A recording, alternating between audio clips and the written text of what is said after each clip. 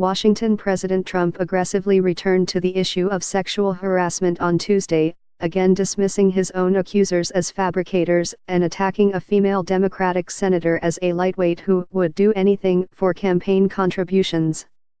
The president's attacks came in early morning Twitter posts after 3 of the accusers had come forward on Monday to renew their charges from last year that Mr. Trump had sexually assaulted them before he entered politics, and after the senator, Kirsten Gillibrand of New York, had called for him to resign. While Mr. Trump weathered the accusations during his presidential campaign, the flood of recent allegations against powerful men has revived the issue of sexual harassment with a newfound fury. By inserting himself directly into the discussion, the president ensured that calls for renewed scrutiny of the women's allegations would gain new energy and prominence.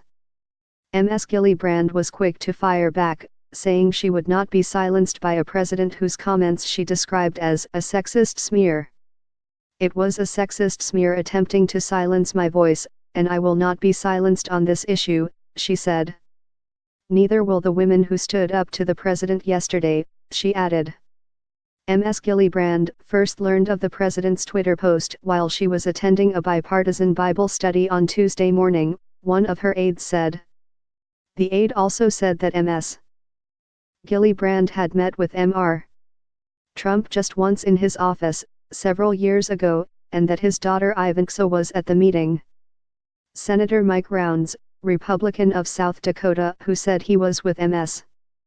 Gillibrand at Bible study when the tweet was sent, said, "I think this is simply one of those cases where it is best if we look at what the president does and not pay attention to the tweets." Sarah Huckabee Sanders, the White House press secretary, later denied that Mr. Trump's tweet contained a sexual reference, saying that he was referring to general corruption in the American political system. Asked whether the president would apologize to people who read the tweet as sexual innuendo, Ms. Sanders said he would not. "Only if your mind is in the gutter would you have read it that way," she said. "He's not alleging anything. He's talking about the way that our system functions as it is," Ms. Sanders said at a White House news conference. "That comment, frankly, isn't something new," she added, saying that he's used that same terminology many times in reference to men. "There's no way that this is sexist at all." Senate Democrats, including Ms.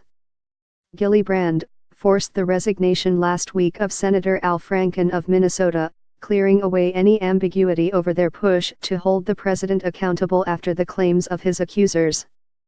About 60 Democratic women in Congress demanded an inquiry into the women's allegations against the president, an unlikely prospect given Republican majorities in the House and Senate. Gillibrand's Senate colleagues quickly rallied to her side. Among the more forceful was Senator Mazie K. Hirono, Democrat of Hawaii, who said on Twitter, "At real Donald Trump is a misogynist, compulsive liar and admitted sexual predator."